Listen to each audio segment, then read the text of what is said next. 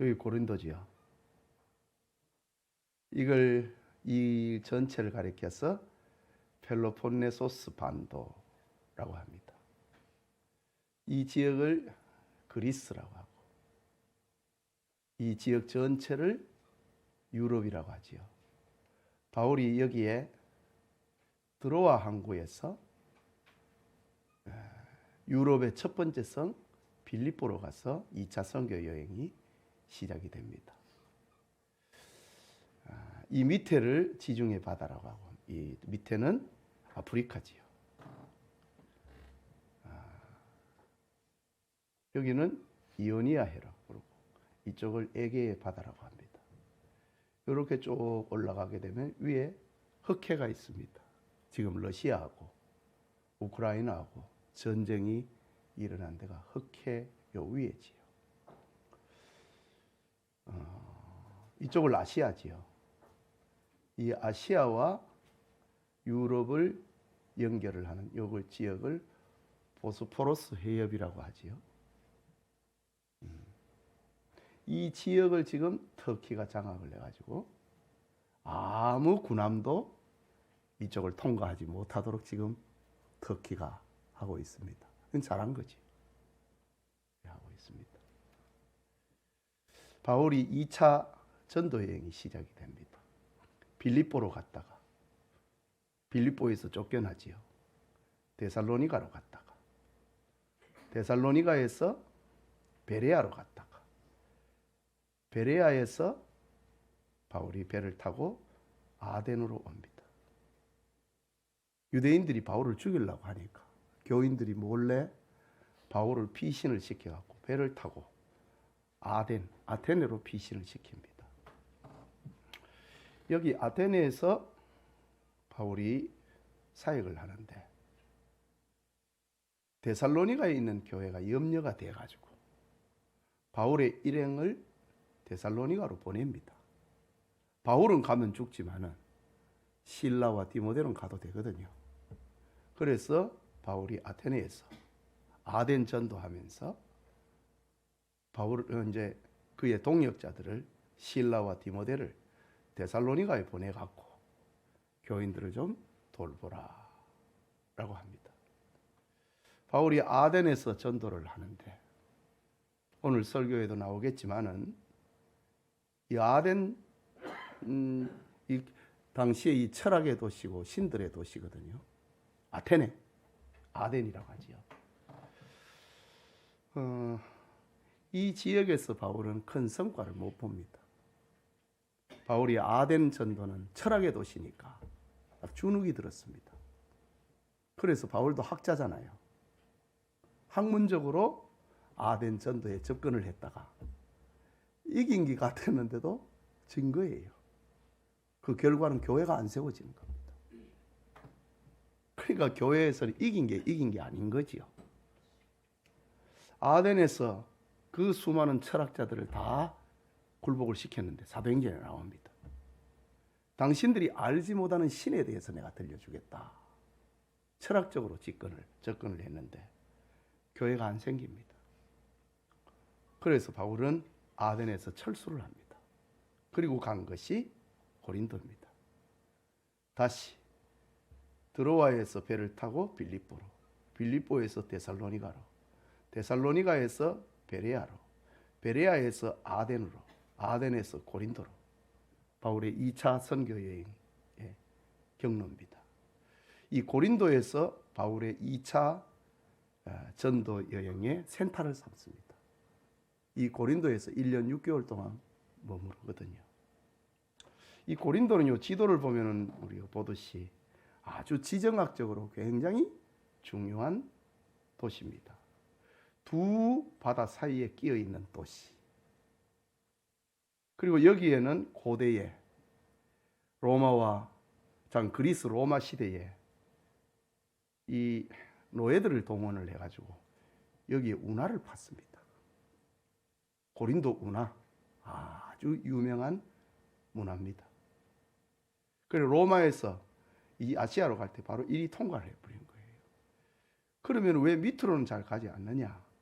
이 밑에는 암초들이 우글우글거립니다. 그래서 배들이 잘 못 다녀요. 그래서 로마에서 아시아로 갈 때는 이 고린도 운하를 통과하게 됩니다. 그러니까 이 고린도는 지정학적으로 아주 유명한 도시지요. 그리고 바울이 사도행전에 보면은 작정을 하고 머리를 깎은 그런 곳이 나옵니다. 갱그리아 서원입니다. 갱그리아에서 바울이 머리를 깎습니다. 고린도에서 바울이 1년 6개월 동안 사역을 하고 이제 예루살렘 그리고 바울 자기를 파송을 해주었던 교회 수리아 안디옥으로 가게 됩니다. 수리아 안디옥으로 가기 전에 이 아시아 지역의 수도인 에베소에 잠시 들리게 됩니다. 성경에도 나오지만은 에베소에 있는 사람들이 바울이 너무 좋아갖고 여기 좀 더 머물면 안 되겠느냐라고 부탁을 합니다. 그러나 지금 바울은 2차 전도 여행을 결산을 하고 나를 파송한 교회에 가서 보고를 해야 되기 때문에 나는 안디옥 교회로 가야 된다. 하나님이 허락하시면은 다시 오겠다라고 이야기를 합니다. 그래서 바울의 3차 전도 여행이 시작이 될 때에 이 에베소를 중심으로 사역을 합니다. 선교의 센터가 되지요. 에베소에서 바울은 3년간 머물면서 사역을 하는데 여기에서 지금 고린도에 대한 편지를 쓰고 있는 것이 고린도전서와 후서에 대한 그런 이야기입니다. 이 지도를 좀 그래도 한번 대충 이렇게 그려져야 이 설교를 바르게 이해할 수 있지 않겠나 그래 싶습니다. 여기서는 안 보였는데 보였어요?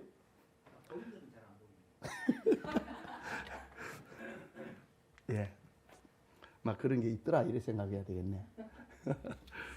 자, 기도하고 말씀 받겠습니다. 이거 올려도 됩니다 이제. 놔두세요. 쭉 다시 펴세요. 그냥 참고 하세요. 기도합시다. 자비하신 하나님 아버지 은혜를 감사합니다. 오늘부터 고린도전서와 후서 강해를 하고자 합니다. 주께서 우리와 함께하여 주옵소서. 오늘은 할렐루야 찬양대 이렇게 헌신 예배로 하나님 앞에 드립니다. 예배 시간마다 헌신하고 수고하는 이들의 섬김을 기억하시고 복을 주소서. 무엇보다도 하나님의 말씀을 잘 소화하는 능력을 주시고 예배에 돕는 자로 사용하여 주시옵소서. 예수님 이름으로 기도합니다. 아멘. 19세기 유명한 설교자 스펄전 목사님에게 있었던 이야기 하나로 고린도전서 강해를 시작하고자 합니다. 어느 날 한 젊은이가 목사님에게 찾아와서 자기 고민을 상담합니다. 목사님, 저는 교회 생활에 참 힘이 듭니다. 늘 시험을 받거든요.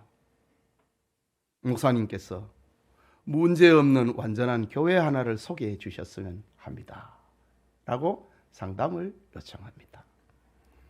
이때 스펄전 목사님은 빙그레 웃으면서 젊은이, 자네가 혹시 그런 교회를 찾으면 나에게도 알려주게. 나도 목사 일을 그만두고 그 교회에 교인이 되고 싶네. 완전한 교회니까 뭐 스펄전도 필요가 없지요. 나도 그 교회의 목사가 아닌 교회가 되고 교인이 되고 싶네. 그런데 말이야, 자네는 그런 교회를 찾거든 절대 그 교회에 소속되지는 말게. 왜요?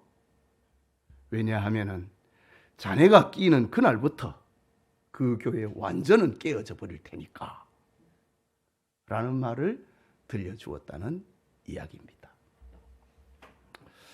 불완전한 인간이 모여서 형성된 교회는 언제나 문제가 있기 마련입니다.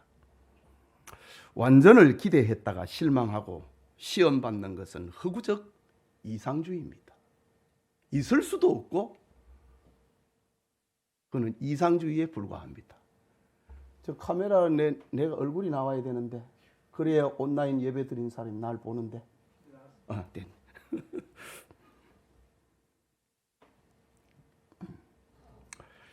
완전을 기대했다가 실망하고 시험 받는 것은 허구적 이상주의자에 불과합니다. 세상에 존재하는 모든 교회는 문제가 있기 마련입니다. 중요한 것은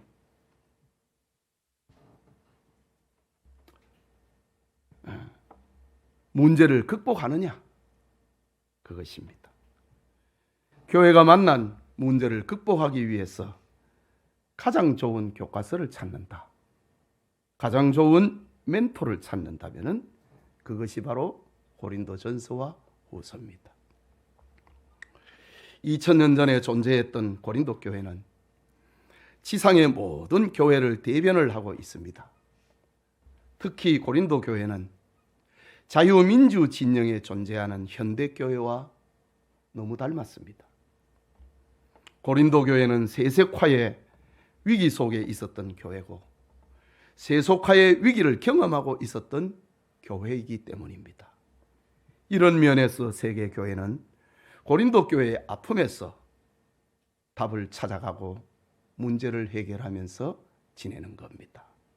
그렇기 때문에 세계의 교회는 이 고린도 교회의 아픔을 겪었던 고린도 교회에 큰 빚을 지고 있는 셈입니다. 오늘부터 주일 오후 시간에 고린도 교인들의 아픔을 통하여서 교회와 각자가 가진 문제를 해결하는 처방전을 받기를 원합니다. 고린도 전후서 강해를 통하여서 문제 속에서 하나님의 뜻을 찾고 문제 해결을 통하여서 하나님께 쓰임받는 교회, 쓰임받는 성도들이 되기를 축복합니다. 이 시간 고린도전서 서론이라고 하는 제목으로 첫 번째 강해를 시작하고자 합니다. 먼저 고린도라고 하는 도시입니다. 고린도는 지금의 그리스 본토와 펠로폰네소스 반도를 연결하는 두 바다 사이를 끼어 있는 도시라고 불렸습니다. 고린도 북쪽으로 2km 거리에 레기움 항구를 통하여서 지중해로 이어졌고 동쪽으로 약 7km 되는 갱그리아 항구를 통해서 살로니카만으로 연결이 되었습니다. 고린도 남쪽에는 아크로 고린도가 있었는데 이곳은 평지 위로 가파르게 솟아올라 높이가 575m나 되는 평평한 바위산이 있고 그것이 고린도를 지키는 성체의 역할을 했습니다. 특히 아크로 고린도에는 사랑의 여신 아프로디테 신전이 있었습니다.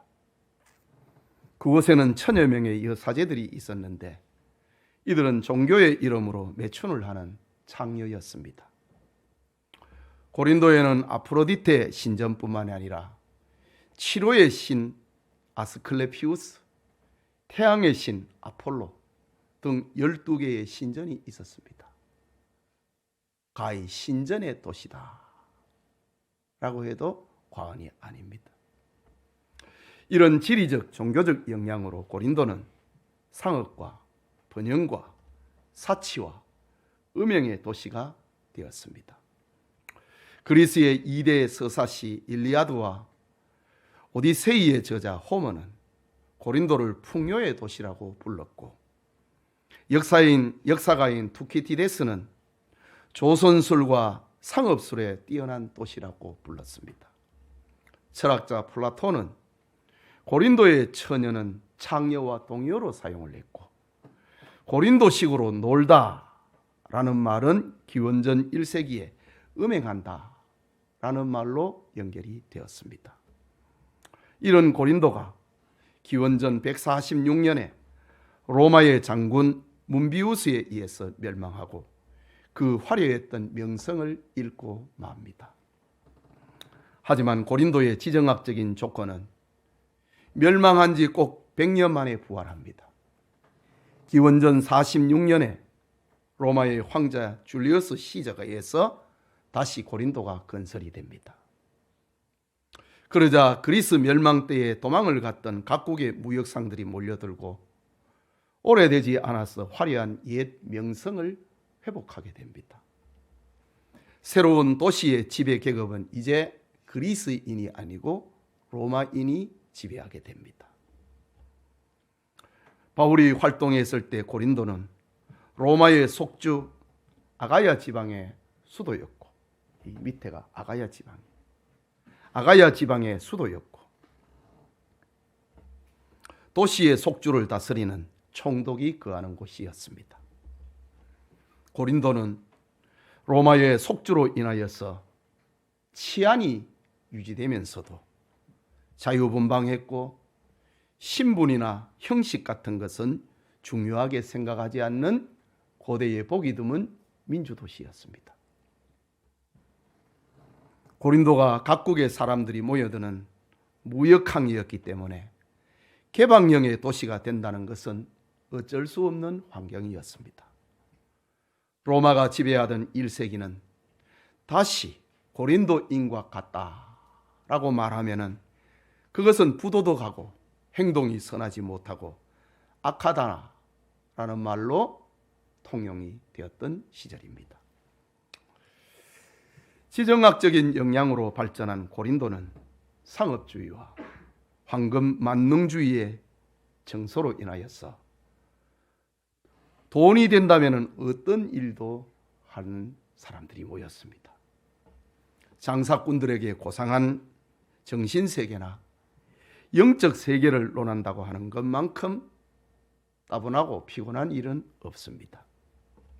철학의 도시 아덴과 멀지 않았지만은 고린도는 철학과는 거리가 먼 번영의 도시였습니다. 고린도 시민들에게 좋은 마차와 좋은 집, 화려한 요트와 안락한 침대, 육체적인 쾌락은 그들의 자랑거리였고 위안이 되었습니다. 고린도 시민들은 아라비아의 향유와 베니게의 대추야자 열매, 리비아의 상아, 바벨론의 비단, 길리기아의 사냥털, 루가오니아의 모직물, 부르기아의 노예들, 이런 것들을 시장에서 흥정하고 매매하는 것을 낙으로 여기면서 사는 도시였습니다. 고린도 교회 안에 일어난 문제의 해결은 바로 이런 배경 속에서 발생한 것입니다. 어찌 현대 교회, 자유민주 진영에 존재하는 교회가 다를 수 있겠습니까? 하지만 원인을 알면 치료할 수 있다는 것이 성경의 가르침입니다. 그게 둘째로 고린도 교회의 시작입니다.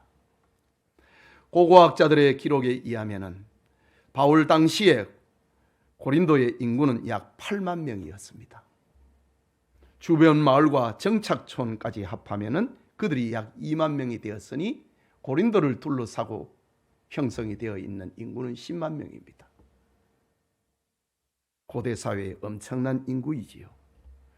바울이 2차 전도 여행 중에 유럽의 첫 성 빌립보를 거쳐 데살로니가와 베레아, 그리고 아덴을 거쳐 고린도에 방문하니 바울은 고린도의 화려함에 사치스러움에 놀라지 않을 수 없었을 것입니다. 악하고 부도덕의 대명사처럼 되어 있는 도시를 보고 한동안 의욕을 잃었을 것입니다. 그러나 죄가 많은 곳에 은혜가 넘친다는 말씀처럼 죄악의 도시 고린도에 하나님의 은혜가 필요하다는 것을 알게 됩니다. 바울은 그곳에서 복음 전할 곳을 물색을 하게 되는데 바울은 그곳에서 좋은 동역자 브리스길라와 아굴라 부부를 만납니다. 바울이 3차 여행 중에 고린도에서 기록한 로마서를 보면은 이들 부부는 바울을 위하여 목숨을 내놓을 만큼 끝까지 바울의 물질적, 정신적 후원자가 되어 주었습니다. 로마서 16장 3절과 4절에 보면은 너희는 그리스도 예수 안에서 나의 동역자들인 브리스가와 아굴라에게 문안하라. 그들은 내 목숨을 위하여 자기들의 목까지도 내놓았나니 나뿐 아니라 이방인의 모든 교회도 그들에게 감사하느니라. 이 두 부부를 처음 만났던 곳이 바로 고린도였습니다. 고린도에 온 바울은 그곳에 유대인들이 많고 그들의 회당이 복음 전도의 1차 표적으로 삼았습니다. 이런 경로로 고린도 교회는 탄생합니다. 물론 처음 교회의 구성원들은 대부분 하층민이었을 것입니다. 우리가 오늘 펼치고 있는 고린도전서 1장 26절에서 29절을 보면 이렇게 기록합니다. 형제들아, 너희를 부르심을 보라. 육체를 따라 지혜로운 자가 많지 아니하며 능한 자가 많지 아니하며 문벌 좋은 자가 많지 아니하도다. 그러나 하나님께서 세상에 미련한 것들을 택하사 지혜 있는 자들을 부끄럽게 하려 하시고 세상에 약한 것들을 택하사 강한 것들을 부끄럽게 하려 하시며 하나님께서 세상에 천한 것들과 멸시받는 것들과 없는 것들을 택하사 그것들을 폐하려 하시나니 이는 아무 육체도 하나님 앞에서 자랑하지 못하게 하려 하심이라 라는 말씀 그대로였습니다. 말하자면 고린도 교회가 처음 형성이 될 때에 상가에서 일하는 종업원들, 노예에서 겨우 자유를 얻었던 사람들, 돈을 벌기 위해서 모여들었던 사람들, 이런 사람들이 고린도 교회의 멤버가 되었음을 성경을 통해서 보게 됩니다. 부자가 예수님을 믿는 것은 낙타가 바늘길을 통과하는 것보다 어렵다고 하는 예수님의 말씀과 같지요. 우리나라에 처음 복음이 들어왔을 때에도 양반 행세를 하는 사람들은 예수님을 믿는 것이 얼마나 어려웠는지 모릅니다. 그러나 하나님은 약한 자들을 통하여서 강한 자들을 부끄럽게 하셨다는 사실, 이것이 고린도에도 그대로 나타났습니다. 그게 세 번째로 고린도전서의 저자입니다. 고린도전서를 바울이 기록했다고 하는 주장에 학자들은 별로 이의를 제기하지 않습니다. 고린도전서 1장 1절을 보면 하나님의 뜻을 따라 그리스도 예수의 사도로 부르심을 받은 바울과 형제 소수대노는, 이 편지를 쓰고 있는 사람이 지금 문안 인사를 하고 있는데 바울이라고 합니다. 그런데 여기에 소수대노는 누구인가? 바울의 다른 서신들처럼 성경을 쓸 때 옆에 있었던 사람들, 그 사람의 문안 인사도 같이 전하고 있는 겁니다.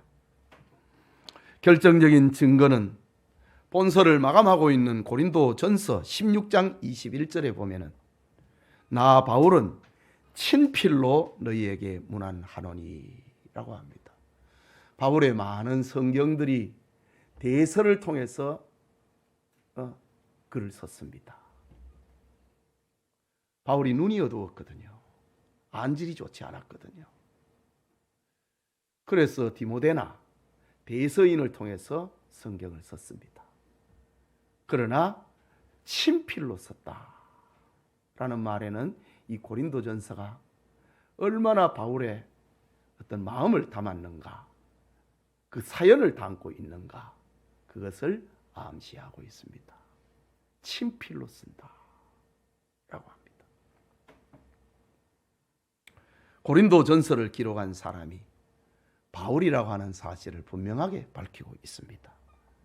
그뿐만 아니라 저자가 바울이라고 하는 외적 증거는 본 서신의 문체와 언어와 사상, 이것이 바울의 다른 서신들과 그 문장 배열의 구조가 같다는 겁니다. 그래서 고린도전서는 바울 서신이다. 더 중요한 것은 고린도 교회가 본 서신을 바울의 편지로 받았다는 겁니다. 오늘 우리가 생각하고자 하는 첫 시간의 마지막이자 중요한 내용, 고린도 전서와 후서를 기록을 하게 된 배경입니다. 이걸 살펴봄으로 서론을 마치려고 합니다.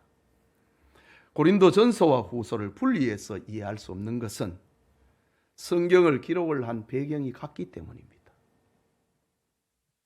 로마의 황제 글라우디오가 로마를 다스릴 때에 유대인들 사이에서 폭동이 일어났습니다. 이때가 기원 후 서기 49년입니다. 글라우디오 황제는 유대인들 사이에 분쟁과 폭동을 더 이상 용납할 수 없어서 로마에 살고 있는 모든 유대인들에게 추방령을 내렸습니다. 제국의 수도 로마에 머물러 있던 모든 유대인들은 로마 전역으로 흩어지게 됩니다. 이때 브리스길라와 아굴라 부부도 로마에서 추방이 되어가지고 고린도로 와서 천막 제조업이라고 하는 사업장을 운영하고 있었습니다. 이들 부부가 바로 바울의 평생 후원자가 됩니다. 우리 사도행전 18장을 한번 찾아볼까요?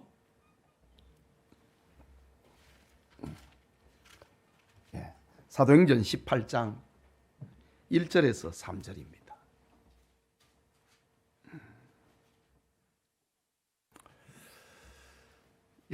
찾았으면 우리 같이 1절에서 3절을 같이 읽겠습니다.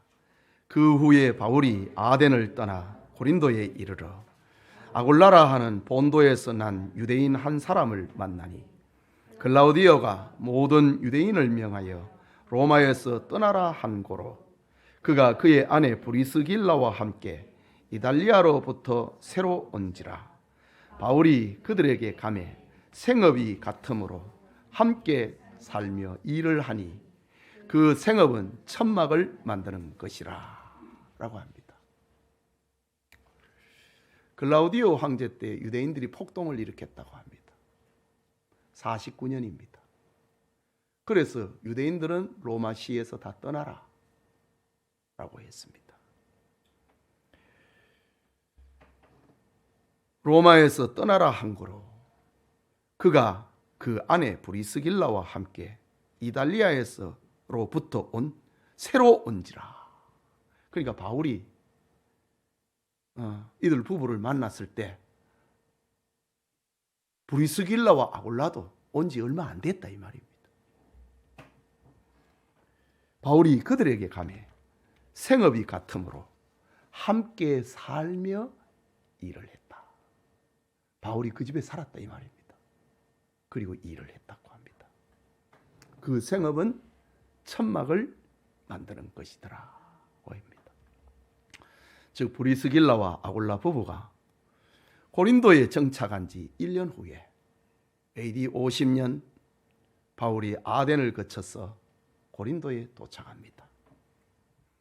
바울이 처음 고린도에 왔을 때 그의 동역자들은 약한 데살로니가 교회를 돌보고 있었기 때문에 바울은 모든 것에서 불편하고 부족했습니다. 선교비도 다 떨어졌습니다. 여관을 얻을 돈도 없었습니다. 이때 바울은 비상시기에 생활할 수 있도록 부모님이 가르쳐준 제2의 직업, 천막 제조업이었는데 그 직업에 따라서 브리스길라와 아굴라 부부의 집에서 천막 제조업을 일을 도우면서 그 집에서 함께 살게 됩니다. 바울은 매 안식일에는 회당에 가서 전도로 성경을 강론하고 평일에는 천막 제조 아르바이트 일을 했습니다. 그 즈음에 동역자 실라와 디모데가 데살로니가에서 고린도로 와서 바울은 많은 위로를 받게 됩니다. 이 말은 데살로니가 교인들이 그 환난 가운데서도 믿음을 잘 지키고 있다라는 소식이고, 또 하나는 데살로니가 교인들이 선교비를 모금을 해갖고 보내줬습니다. 그래서 바울과 그 일행들은 생활에 좀 여유를 얻게 된 것입니다. 이것이 전도자들이 받은 위로였습니다. 이때 바울의 회당 설교는 분명한 특징이 있었습니다. 이유는 철학의 도시 아덴 전도에 학문적으로 접근했다가 실패를 경험했기 때문입니다. 고린도전서 2장 2절을 보면은 바울의 결심이 나오는데, 내가 너희 중에서 예수 그리스도와 그가 십자가에 못 박힌 것 외에는 아무것도 알지 아니하기로 작정하였습니다. 아덴을 떠나가지고 고린도에 와갖고 바울은 결심을 합니다. 철학적으로, 학문적으로 전도 안 해야 되겠다. 사람들이 볼 때는 미련하게 보이지만은 나는 그리스도의 십자가에 못 박힌 것 외에는, 그리고 그의 부활 외에는 다른 것을 전하지 않을 것이다. 작정을 합니다. 하지만 바울의 이런 설교는 얼마 못 되어서 유대인 회당에서의 유대인들의 반대에 부딪히고 회당에서 추방이 되고 출입 금지령이 내려집니다. 바울은 함께 출교를 당했던 몇몇 유대인 신자들과 이방인들과 합하여서 가정교회를 시작합니다. 사도행전 18장 7절에서 또 고린도전서 1장 14절에 보면은 바울은 디도 유소라고 하는 사람의 집을 센터로 삼아서 전도와 성경을 강론합니다. 성경에는 또 다른 이름으로 유소를 가이오라고 부르기도 합니다. 그 집에서 가정교회를 시작을 하는 겁니다. 사도행전 고린도전서 16장 15절을 보면은 이때 스데바나의 가족과 회당장 그리스보와 그의 온 가족과 다른 여러 고린도 사람들이 믿음을 갖게 됩니다. 회당장도 바울에게 합류를 해버립니다. 그리고 유능한 몇몇 성도들이 바울과 합류를 합니다.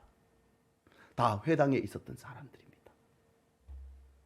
이들이 세례를 받고 고린도 교회의 핵심 인물이 됩니다. 고린도전서 1장 11절에서 14절에 나오는데, 내 형제들아, 글로에의 집 편으로 너희에 대한 말이 내게 들리니 곧 너희 가운데 분쟁이 있다는 것이라. 또 14절에 보면은 나는 그리스보와 가이오 외에는 너희 중 아무에게도 내가 세례를 베풀지 아니한 것을 감사하노니. 이런 복잡한 내용들은 앞으로 살펴보게 될 것입니다. 처음 고린도 교회의 구성 멤버가 되었던 사람들 몇 명의 이름이 등장을 합니다. 이때 유대인들의 협박과 박해는 극에 달합니다. 바울은 고린도 사역을 철수해야 되는가, 이런 고민에 빠집니다. 그때에 주님께서 바울을 신방해 주십니다.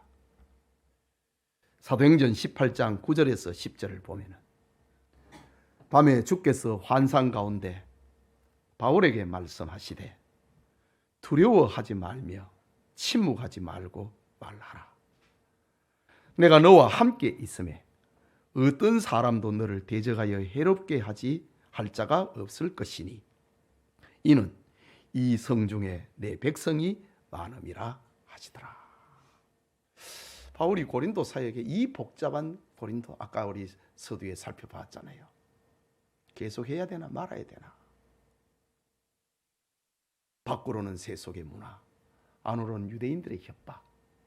내가 여기서 계속해야 되나 말아야 되나 멈추고 있을 때 주께서 바울에게 나타나서 두려워하지 말라.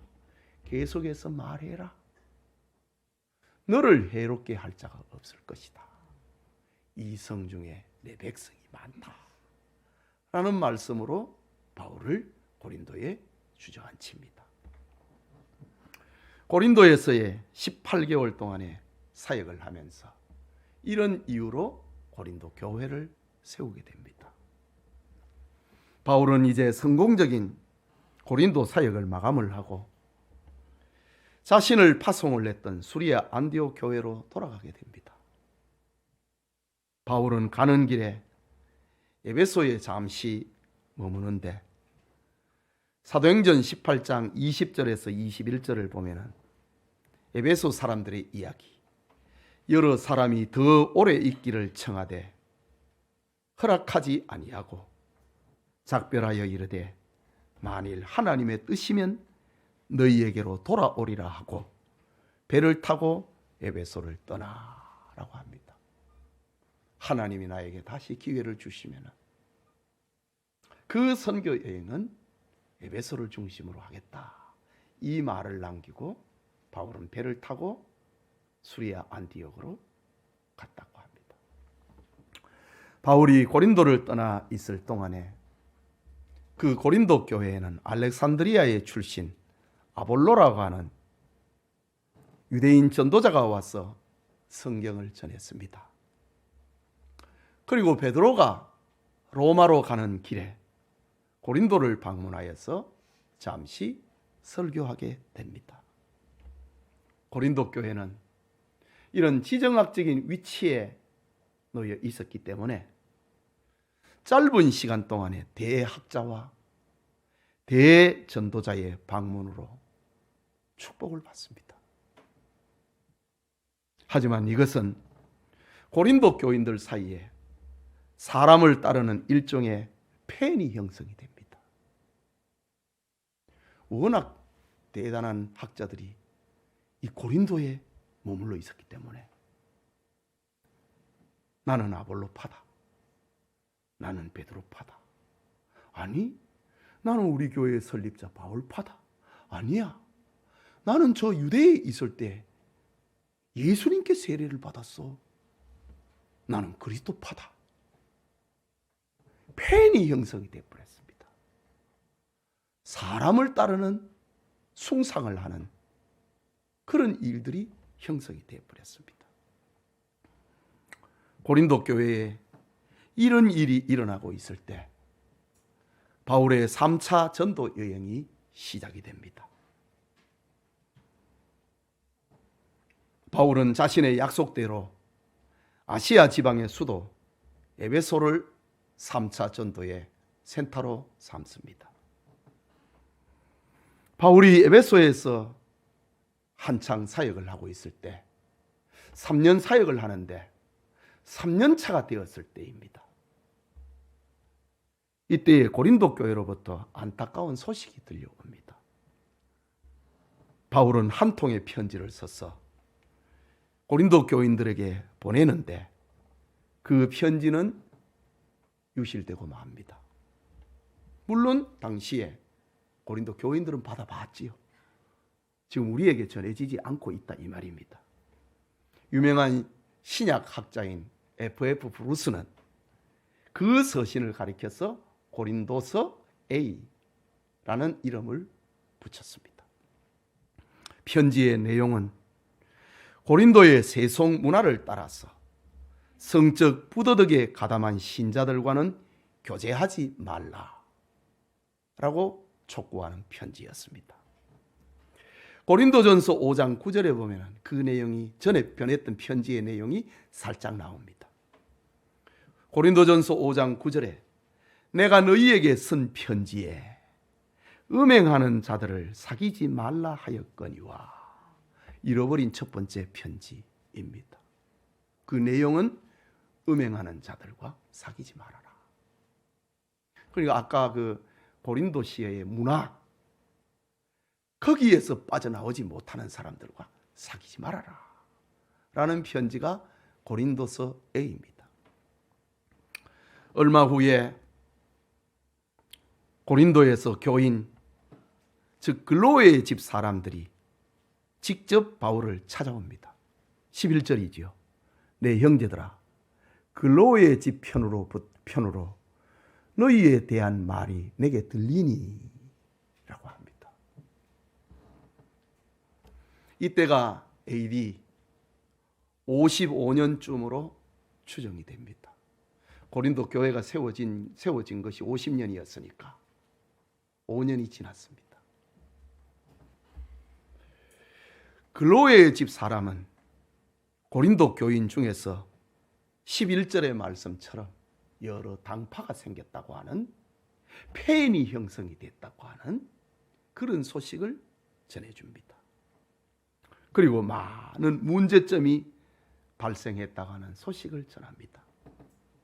여기에 스데바나와 부두나도와 아가이고가 또 찾아와가지고 고린도 교회에 아픔을 알리는 편지를 직접 전해줍니다. 그것이 16장 7절의 말씀입니다. 볼까요? 16장 17절의 말씀.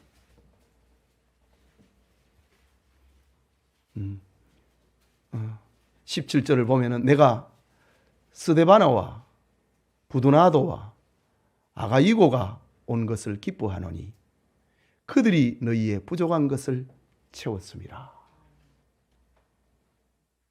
바울이 에베소에 있는데, 후반기 사역을 하고 있는데 지금 몇 차례 사람들이 오고 있는 겁니다. 고린도 교회의 아픔을 알리는 편지를 전해줍니다. 그 편지에는 교인들이 바울이 전해준 전통을 잘 준수하고 있다는 것을 알리면서도 교회 안에 발생한 몇 가지 문제에 대해서 바울에게 질문하는 편지입니다. 이럴 때는 어쩌면 좋지요? 이럴 때는 어쩌면 좋지요? 이런 문제가 고린도 교회에 생겼는데 이거 어쩌면 좋지요? 질문하는 편지입니다. 그러던 차에 고린도 교회 소식을 세 번째로 전해준 사람이 있는데, 바울의 고린도 사역의 동력자였던 아볼로가 찾아왔습니다. 16장 12절에 나오는 사람입니다. 아볼로는 고린도 교회의 문제점에 대해서 바울에게 아주 상세하게 들려줍니다. 바울은 이렇게 세 차례에 걸쳐갖고 글로의 집 사람들이 찾아왔고, 또 스데바노와 부두나도와 아가이오가 찾아왔고, 세 번째는 바울의 참 지극한 후원자였던 아볼로까지 찾아와가지고 교회에 문제가 생겼습니다. 아주 구체적이고 상세하게 고린도 교회에 대한 이야기를 들려줍니다. 이렇게 세 번에 걸친 고린도 교회의 소식과 문제는 바울로 하여금 두 번째 편지를 쓰게 되는데, 이것이 오늘 우리가 읽고 있는 고린도 전서입니다. 브루스는 이 서신을 가리켜 고린도서 B라고 이름을 붙입니다. 어쨌든 고린도 전서는 고린도 교회의 문제와 질문에 대답을 하고 있는 형식을 띠고 있습니다. 바울은 이 편지를 제자 디모데를 손에 쥐어가지고 네가 이 편지를 전달하고 와라 라고 합니다. 4장 7절에 나오지요. 4장 17절에 나옵니다. 4장 17절에 이로 말미암아 내가 주 안에서 내 사랑하고 신실한 아들 디모데를 너희에게 보내노니 그가 너희로 하여금 그리스도 예수 안에서 나의 행사 곧 내가 각처 각 교회에서 가르치는 것을 생각하게 하리라. 바울은 이 고린도 전서를 디모데 편에 손에 쥐어갖고 네가 전달하라고 하면서 그 편지 속에 디모데의 이야기를 들려주고 있습니다. 너희들에게 새로운 것 전하는 게 아니고 내가 각처에서 들려주었던 말을 이 디모데가 고린도 전서 성경과 더불어 너희에게 들려줄 것이다 라고 합니다. 시간이 좀 지났습니다. 사도행전에서 침묵을 하고 있는데 바울의 선교 역사에 큰 사건 하나가 발생합니다. 고린도 전서를 전하러 갔던 디모데가 돌아왔는데 교인들의 질문에 바울이 대답을 했던 고린도 전서를 교인들이 받아들이지 않는다는 소식입니다. 말하자면 고린도 교인들 사이에 세속 문화와 기독교 복음이 충돌을 해버린 겁니다. 우리는 바울이 전했던, 바울이 우리의 질문에 대답을 해주었던 그 답대로 우리는 못 살겠다. 우리 그런 거 있잖아요. 나는 성경대로 못 살겠다, 이런 거 있잖아요. 고린도 교회 교인들에게 이런 일이 일어나 버렸습니다. 나는 그렇게는 못 살겠다. 답답해서 못 살겠다. 고린도라고 하는 이 자유분방한 세속문화 속에서 바울이 성경대로의 삶을 들려주니까 질문을 해놓고 그 질문에 답을 해주니까 우리는 그렇게 못 살겠습니다. 이런 일이 일어나 버렸습니다. 현대교회도 이런 일이 있잖아요. 이 일로 인하여서 바울은 에베소 사역을 잠시 중단을 하고 에게의 바다를 건너서 직접 고린도로 가서 문제를 해결하려고 합니다. 고린도후서 13장 1절에 보면은 잠깐 나오는데 내가 이제 세 번째 너희에게 가리니, 바울이 첫 번째 간 것은 전도하러 가 교회 세우러 간 것이고 내가 이제 세 번째 가겠다. 고린도후서의 이야기입니다. 내가 세 번째 너희에게 가리니라고 합니다. 그럼 두 번째 간 일이 있다는 말 아닙니까? 세 번째 너희에게 가리니 두세 증인의 입으로 말미암아 확정하리라. 내가 가서 용서하지 않을 것이다. 라는 편지를 씁니다. 고린도후서의 기록, 세 번째 너희에게 가리니 라는 말을 보면은 사도행전에 나타나지 않는 눈물겨운 방문, 두 번째 방문이 있었다는 말입니다. 이것을 바울은 고통스러운 방문이라고 합니다. 편지를 썼는데 우리는 그거 받을 수 없다 라는 통보를 디모데가 들려오니 바울은 에베소 사역을 잠시 중단을 하고 자기가 직접 갑니다. 얼마나 고통스러운 방문입니까? 고린도후서 2장 1절에 그 사연이 짤막하게 나오는데 내가 다시는 너희에게 근심 중에 나아가지 아니하기로 스스로 결심하였노니. 그러니까 두 번째 방문은 자, 근심 중에 내가 너희에게 갔다 이 말입니다.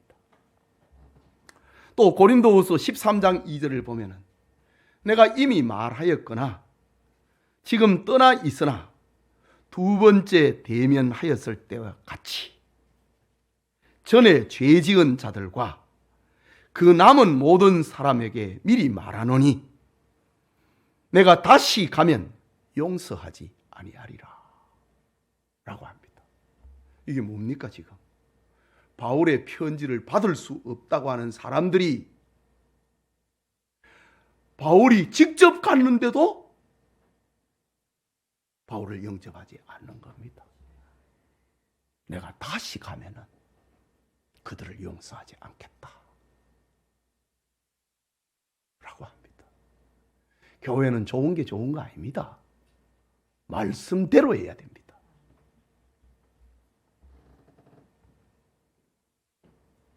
그렇다면 바울의 두 번째 방문은 성과를 얻지 못했다는 말입니다. 편지 보내도 배척해버리고 바울이 직접 갔는데도 배척해버렸습니다. 바울의 두 번째 고린도 교회 방문은 모욕을 당했습니다. 바울이 교회 설립자입니다. 그리고 그의 권면이 거부를 당했던 방문입니다. 바울은 고린도 교회에 교인들에게 에베소 사역이 끝나면은 내가 다시 오겠다 라는 말을 남기고 무거운 마음으로 고린도를 떠나서 에베소로 돌아옵니다. 이 성경이 하늘에서 쭉 떨어진 게 아니고 이 교회라고 하는 이 현장에서 벌어지는 일입니다.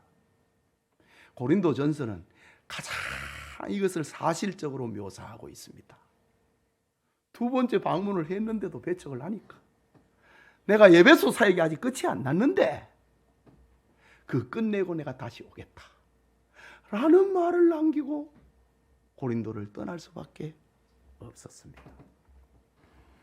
에베소로 돌아온 바울은 이제 에베소 사역을 끝내고 고린도로 간다 할지라도 저들이 변화됐을까? 고통스러운 방문이 또 되지 않을까? 걱정합니다. 그래서 바울은 계획을 변경을 해갖고 방문 대신에 많은 눈물로써 편지 한 통을 보냅니다. 이를 가리켜서 준엄한 편지라고 부르는데 이 서신 역시 유실되고 말았습니다. 브루스는 이 편지를 가리켜 고린도서 시라고 부릅니다. 이 편지에 대한 기록은 고린도 후서 2장 4절에 잠깐 나타나는데 내가 마음에 큰 눌림과 걱정이 있어 많은 눈물로 너희에게 선노니. 보세요. 고린도 전서를 보냈는데 못 받겠다. 우리는 그렇게는 못 살겠다 해버렸습니다. 바울이 직접 갔는데도 바울에게 모욕을 하고 바울의 권면을 배척을 해버렸습니다. 바울은 내가 에베소 사역이 끝나면 내가 다시 오겠다 라는 말을 남기고 떠나왔습니다. 에베소 사역이 끝났는데 진짜 가야 되나? 이래 된 거예요. 그래서 바울은 눈물로써 편지 한 통을 보냅니다. 그 편지의 이야기지요. 내가 마음에 큰 눌림과 걱정이 있어 많은 눈물로 너희에게 선노니 이는 너희로 근심하게 하려 한 것이 아니요 오직 내가 너희를 향하여 넘치는 사랑이 있음을 너희로 알게 하려 함이라. 아주 엄하게 편지를 썼지만은 너희들을 죽이려고 한 게 아니고 너희들을 정말 사랑해서 그 편지를 썼노라 라고 밝히고 있습니다. 이 준엄한 눈물의 편지에는 거짓 사도들을 따르는 고린도 교인들의 어리석음과 그들을 향한 죄악된 태도를 책망하는 편지였습니다. 그리고 이전의 약속처럼 지금 내가 고린도로 가지 않고 마게도냐 교회를 돌아보고 난 다음에 고린도에 가겠다라는 말을 이 눈물의 편지 속에 써가지고 보냅니다. 이 준엄한 편지는 바울의 제자 이번에는 디도가 전달을 합니다. 바울은 디도에게 눈물의 편지, 고린도서 시라고 했지요. 눈물의 편지를 전하면서 갔다가 빨리 오너라. 드로아 항구에서 우리 만나자. 그리고 마케도냐로 가자. 라는 말을 지시를 했습니다. 그런데 이 준엄한 편지를 가지고 간 디도에게서 소식이 없는 겁니다. 드로아 항구에서 같이 만나자고 했는데 왔다는 소식이 없습니다. 바울의 마음은 급했습니다. 결국 바울은 에베소 사역 3년을 마치고 디도 없이 드로아를 경유하여서 마케도냐로 갑니다. 바울은 디도가 가지고 간 편지의 결과가 얼마나 궁금했겠습니까? 마음이 눌렸습니다. 고린도 후서에 보면 우리가 살펴볼 것이 있는데 내가 여러 번 죽을 고비를 넘겼다. 한두 번이 아니다. 이런 일들은 고사하고 내가 날마다 내 마음이 누르는 것이 있다. 그것은 교회를 향한 근심이다 라는 말을 남겨놓고 있습니다. 이런 배경 속에서 나오는 표현들입니다. 바울은 티도 없이 마게도니아에 있을 때 아마 빌립보쯤으로 생각이 됩니다. 그렇게도 기다리던 디도가 마게도냐로 온 겁니다. 이때 디도는 바울에게 기쁨을 전하는데 교인들이 바울을 대적을 하고 반대했던 그 주동자들을 직접 징계를 했고 교인들은 지금 바울을 보고 싶어 한다는 소식을 전해줍니다. 그러나 교회 안에 아직 몇몇 잔당들이 남아있다는 소식도 전해줍니다. 그들이 바울의 고린도 방문 계획을 변경한 것을 이 세 번째 편지에 써놨더니 그들이 바울이 자신들을 두려워하고 있는 증거가 아니냐? 우리가 겁이 나갖고 바울이 고린도에 못 온다. 그런 증거로 이용하고 있다고 하는 불쾌한 소식까지 전해줍니다. 이런 소식을 들은 바울은 AD 55년 말 마게도니아에서 자신에 대한 오해를 풀어준 것에 대해서 교인들에게 감사하고 그들을 위로하는 편지 고린도 후서를 쓰게 됩니다. 브루스는 이 성경을 가리켜서 고린도서 D라고 이름을 붙입니다. 고린도 후서 2장 6절에서 8절을 보면은 그 사연이 나옵니다. 이러한 사람은 많은 사람에게서 벌을 받는 것이 마땅하도다. 교인들이 쫓아내버렸잖아요. 지도자를 쫓아냈습니다. 그들이 벌 받는 것이 마땅하도다. 그런즉 너희는 차라리 그를 용서하고 위로할 것이니 그가 너무 많은 근심에 잠길까 두려워하노라. 그러므로 너희를 구원하노니 사랑을 그들에게 나타내라. 원수처럼은 여기지 말아라. 잔당들이 거기에 있다 할지라도 내가 음하게 벌할 것이다. 그러나 원수처럼은 여기지 말아라. 그들을 사랑해 주어라. 라는 편지를 쓰게 됩니다. 이렇게 불완전하고 문제로 엮여 있는 것이 고린도 교회였습니다. 그리고 오늘의 현대교회입니다. 사랑하는 우리 영천의 성도 여러분, 혹 우리 가운데 교회의 불완전성 때문에 상처받거나 신앙생활에 고통을 느끼고 있는 분이 있습니까? 그러나 세상에 교회를 세우시고 교회를 통하여서 구원의 역사를 진행하시는 분이 하나님이라는 사실을 잊지 마시기 바랍니다. 그래서 초대교회 교부 기프리아는 당신이 교회를 당신의 어머니로 가지지 않는다면 하나님을 당신의 아버지로 가질 수 없다. 하나님을 아버지라 부르느냐? 교회를 어머니처럼 생각해라 라고 했습니다. 유명한 교부 어거스틴은 우리는 우리 주 하나님을 사랑합니다. 그의 교회를 사랑합니다. 전자를 아버지로서 후자를 어머니로서 하나님을 아버지로서 사랑하고 교회를 어머니로서 사랑합니다 라는 말을 남깁니다. 종교개혁자 요한 칼빈은 교회 밖에는 구원이 없다 라는 말을 하면서 어머니가 우리를 잉태하고 낳으며, 여기 어머니는 교회입니다.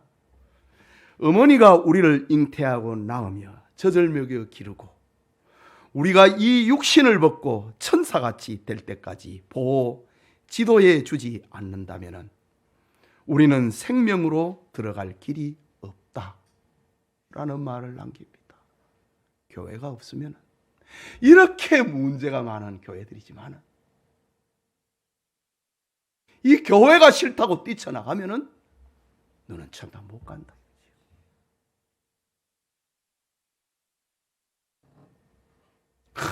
큰 항해를 하는 배 안에서 여러 가지 시험이 있어도 그 배 안에 있어야지. 그 뛰내리면 죽는 겁니다.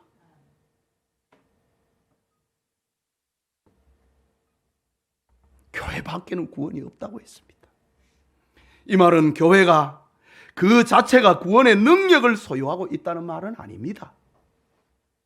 하나님께서 교회를 세우시고 말씀과 성례를 통하여서 사람을 구원을 하는데 이런 하나님의 구원의 방편에 참여하지 않는 자들에게는 하나님의 구원이 전달되지 않는다는 말을 하기 위함입니다.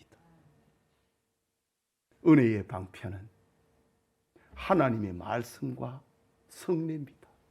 우리 자주 들은 말 아닙니까? 설교와 성례를 통하여서 하나님은 자기 백성을 구원하시는데 이 방편을 통하지 않고는 구원받을 자가 없다는 말입니다. 그래서 교회 밖에는 구원이 없다는 말을 종교개혁자 칼빈도 남기고 있습니다. 예배드리는 성도님, 고린도 전서를 공부하는 우리 영천의 성도님들이 바른 교회관을 확립을 하고 건강한 성도가 되어서 하나님의 뜻을 이루는 축복의 사람이 되기를 축원합니다. 우리 같이 기도합시다. 예, 이렇게 고린도 전서의 문을 이렇게 열어봅니다.